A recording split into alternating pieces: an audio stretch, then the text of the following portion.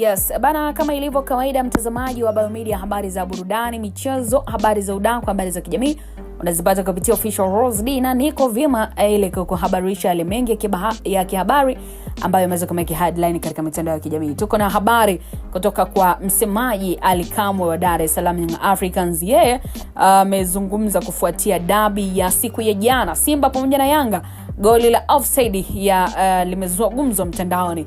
Hii imekaaje? Ilikuwa ni dabi ya Kariakoo ambayo imechezwa siku ya jana. Sasa dabi hii mara zote huacha mjadala mkubwa sana, si tu kutokana na matokeo yake ya uwanjani, bali pia kauli ambazo zinatolewa na viongozi wa klabu husika.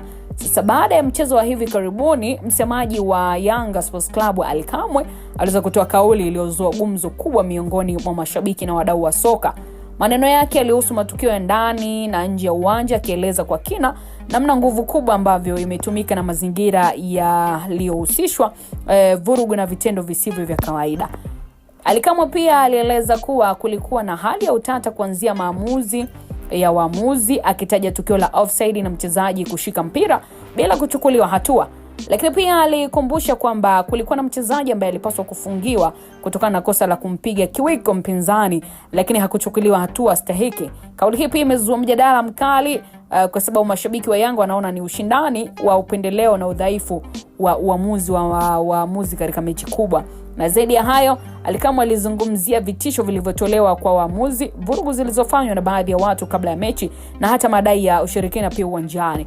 Na hakuishia hapo, alieleza kuwa watu waligoma kuondoka uwanjani usiku kabla ya mchezo na walihitaji msaada wa polisi kuondolewa. Hali hii ilibua gumzo sana kwa sababu mashabiki wanahoji uhalali wa matukio hayo na athari zake kwa taswira ya soka la Tanzania. Mashabiki wa Yanga wao walipokea kauli hiyo kama ushahidi na namna klabu yao ilivyopambana na mazingira magumu, lakini bado ikapata matokeo. Lakini kwa upande mwingine, mashabiki wa Simba waliona kauli hiyo kama kisingizio na kejeli, wakisema kwamba Yanga inajaribu kuficha mapungufu yake kwa kuzungumzia mambo ya nje ambayo ni nje kabisa na uwanja.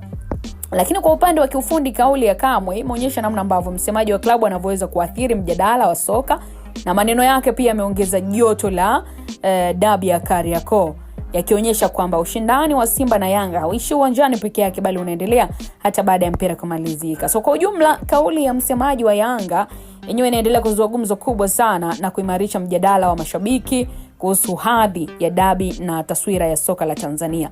Mashabiki wa Yanga wameiona kama ushahidi wa kupambana na mazingira magumu, huku mashabiki wa Simba wakihisi ni changamoto ya moja kwa moja kwa timu yao. Gumzo hili linaonyesha namna ambavyo dabi hii inavyoendelea kuwa tukio lenye hisia kali na ushindani wa kipekee. Umefanikiwa kuiona dabi ya siku ya jana, wewe unaizungumziaje mtazamaji wetu?